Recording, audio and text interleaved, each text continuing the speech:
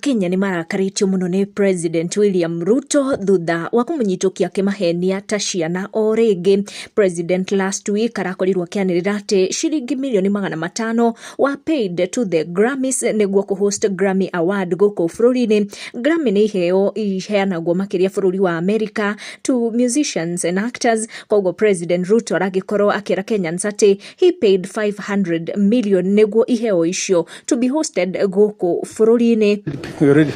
We already paid 500 million shillings towards that, and I'm sure the gentleman from Grammys can confirm.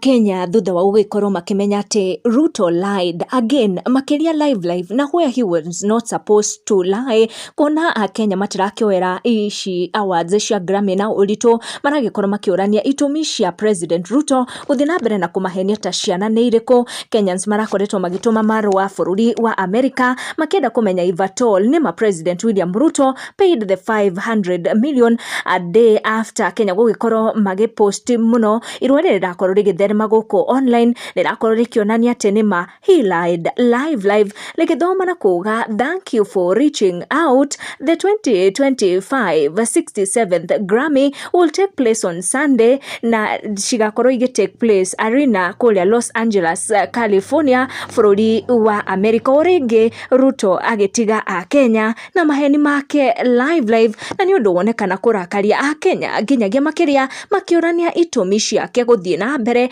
na kuhenania ni iriku. I remember we had trouble trying to bring on board the Grammys. I remember we had very serious challenges, and I had personally to get involved, for some of these to come on board.